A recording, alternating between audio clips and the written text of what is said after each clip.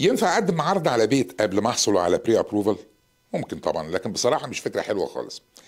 تقديم عرض على بيت من غير ما يكون معاك مورجج بري ابروفال فيه مخاطره كبيره. خليني اقول لك ليه.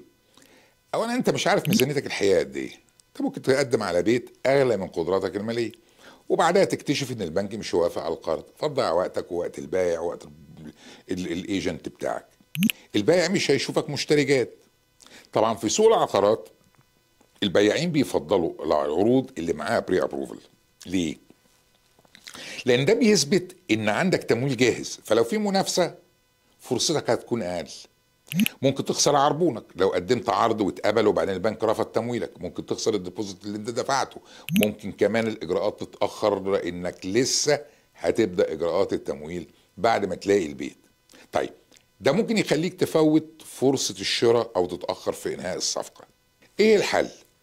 ببساطه خد بري ابروفال وبعدها دور على البيت وانت مرتاح وعارف حدود ميزانيتك.